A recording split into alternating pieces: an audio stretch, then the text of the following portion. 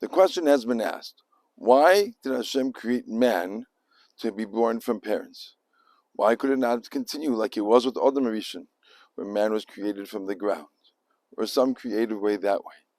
Why was it necessary for a person to have parents? The Toldos Yaakov Yosef, a Talmud of the Baal Shem Tov, answered very insightfully. And he said that it's necessary for a person who is of flesh of blood to be able to have physical parents in order for us to understand how to relate to Hashem as Avinu Shebashamayim. And therefore, there is a paradigm that we need to be able to look at our human relationships, understand them, and be able to therefore transfer that and understand our relationship with our Creator in a similar form. I would like to use that paradigm to take what last week's video, where we described the generosity of heart that's necessary for a person to have in order to relate with a person, particularly when they have done something challenging to them, to understand how we can relate to Hashem when things happen that we are not understanding. I would like to use the story of Esther as found in the Megillah to be able to show how these challenges occur and how we need to respond.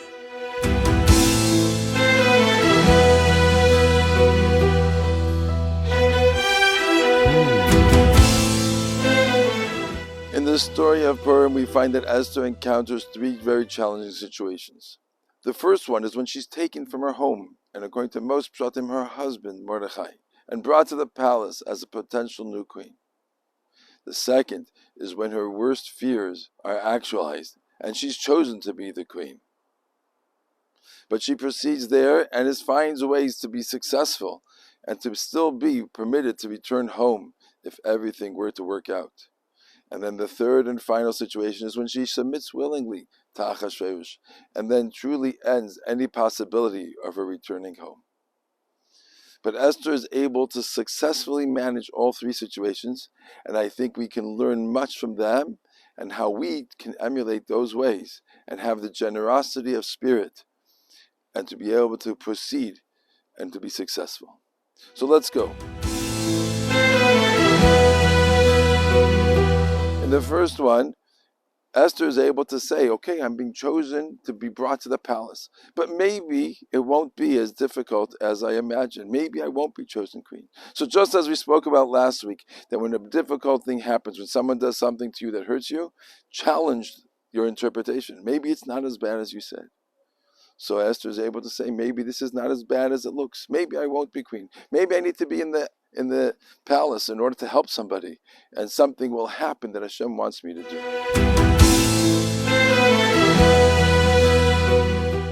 But then Esther is chosen to be queen.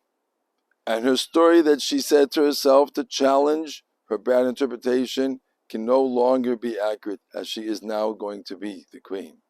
Now she says, okay, it must be that I'll look at Hashem's perspective. For Hashem's reasoning, there must be a purpose. Something good will come from it, something necessary that I need to go through this challenging situation. And so Esther proceeds to be queen, but still keeps her own identity secret. But then the third situation arises, where Mordechai tells her she needs to reveal herself and go to the king. And there, it's the worst of the worst. It's either a matter of being killed, because a queen is not allowed to enter the presence of the king unsummoned, or he will accept her willingly, and then she will be forbidden forever to return to the Jewish nation. And she says the famous words, Kasher avadati avadati. Here it was necessary for Mordechai to help her and to say that this will be for a good reason. We don't understand why, but perhaps you will be the salvation from the terrible tragedy that's occurring now, as Haman plots to destroy the Jews. And it was due to Esther's generosity of spirit, her emunah and bitochen, that allowed her to be able to go through those situations and bring about the Hatzalah for all of Klal Yisrael. Haman was hanged and destroyed. The Jews were now safe, and Mordechai was put into a place of power. But not only that, but she also was able to bring about and raise a child that would be the next king, that would allow the building of the Beis Hamikdash and the era of the second Binyan Beis Hamikdash to take place. In this way, we have seen the example of how we need to be able to have that generosity of spirit, not only for our fellow man, as we described last week, but how it has to happen when Hashem does things to us in this world that we don't understand.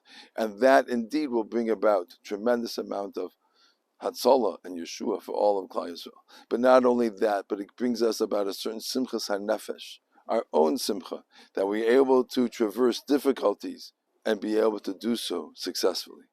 With that, I wish you a Freilich and Purim, and may we all be able to have a tremendous amount of Simcha and Marba b'Simcha, not only Bein Adam l'Chaveiro, as we have the generosity of spirit and how we interact with people, even when they do things that we don't understand, but so too may we have a Simchas HaNefesh and be able to traverse the difficulties that perhaps Hashem gives us that we don't understand, and may we do so with tremendous amount of Simcha, Emunah, and Bitochen.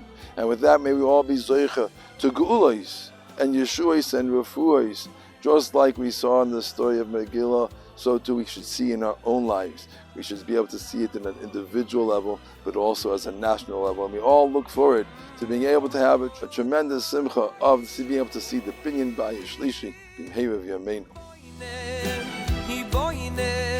Yerushalayim Hashem,